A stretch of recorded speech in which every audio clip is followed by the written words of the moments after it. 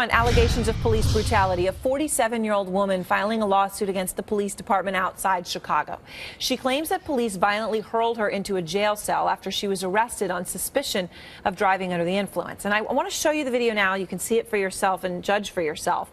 What happens is an officer tosses Cassandra into the cell with such force she face planted into that bench. And I want to make sure that you see it. That bench is made of concrete.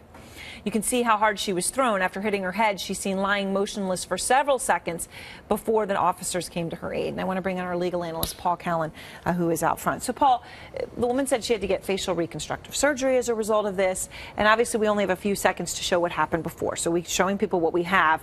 But from what you can see, did the officer, or was the officer justified in what he did? By the way, I also read she may have a plate in her head as a result of it. I can't see the slightest justification. He picks up this 110-pound woman, throws her like a rag doll into a wall. He could have killed her. She could have broken her neck. She was in on a drunken driving charge. She had fallen asleep while the car was parked. She doesn't look like a threatening person. So this looks like an act of incredible brutality. It's a cringe-worthy video when you watch it. And she claims that authorities originally charged her with resisting a police officer, that they say that she did that and that's why she was thrown into the cell.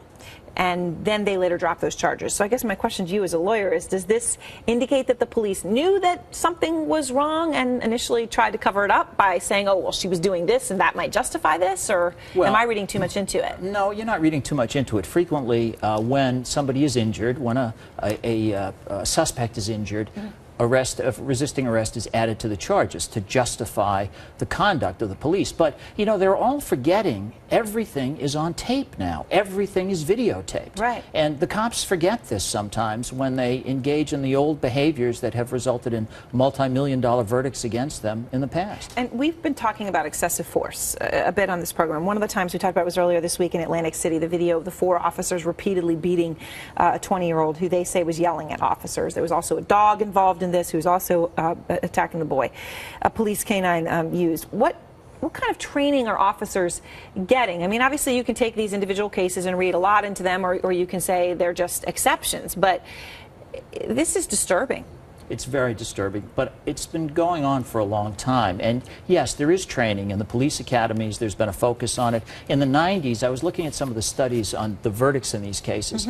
New York, between 94 and 96, paid $80 million in settlements in these cases. LA paid a similar amount. Philadelphia, $36 million. This has cost the taxpayers a huge amount of money. So they have training programs in place. But we're dealing with human beings. They lose their temper, and they forget there's a camera. And a lot of these cases were never dealt with in the past, but with the video camera, you're going to see a lot more lawsuits like this.